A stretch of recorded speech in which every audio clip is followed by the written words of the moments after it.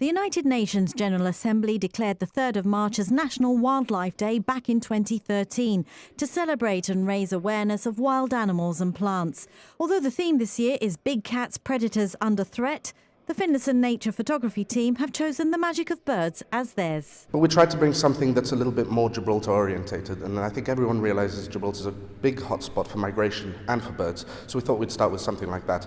But our NGOs will be talking about pretty much anything, so anyone wants to pop in and talk about cats, they can do that as well. Capturing these stunning images isn't easy, particularly as you never quite know when or if the birds will show up, or if the lighting will be right.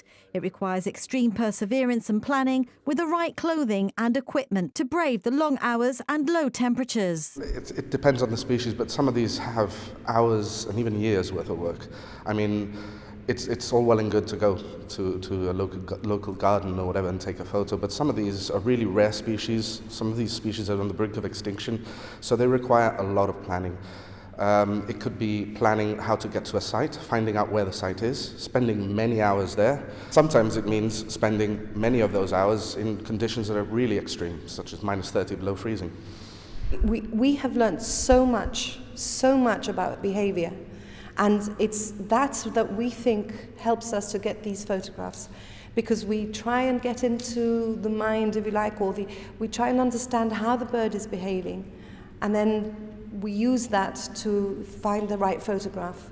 So yes, you're sitting there for a long time. There is an element of chance, because with wildlife, you can have everything perfect. The light might be perfect, the weather's brilliant, and the bird doesn't arrive.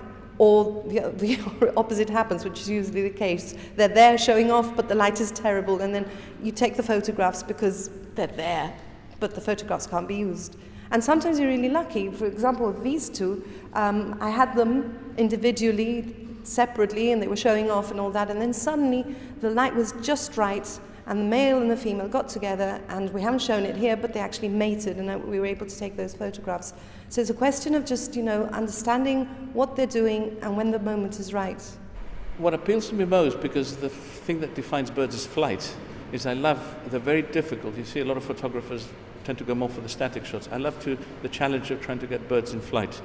And for me, if it can have interaction, for example, here you've got the eagle and the gull attacking it. If there's an interaction between them and it's in flight, then for me that makes it very dramatic. It's got the movement and everything with it. But of course it's a big challenge. You've got to use very high shutter speeds, then that creates all kinds of problems down the line in terms of what you're using.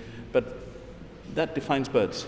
Conservation is the underlying motive for World Wildlife Day, with some species of animals declining at an alarming rate, with many at risk of extinction. Part of the message of World Wildlife Day is exactly that. You'll be hearing a lot about conservation, how we need to protect habitats, how we need to protect these animals, and why. I mean, I think it's 50% of the world's population of animals has disappeared in the last 50, 60 years. It's really an amazingly difficult situation that we're in.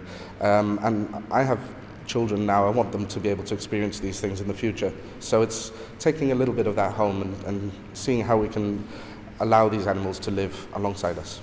You can see these incredible images yourself at the Magic of Birds exhibition, which runs at the Gustavo Bacarisas Gallery in Casemates until the 28th of March.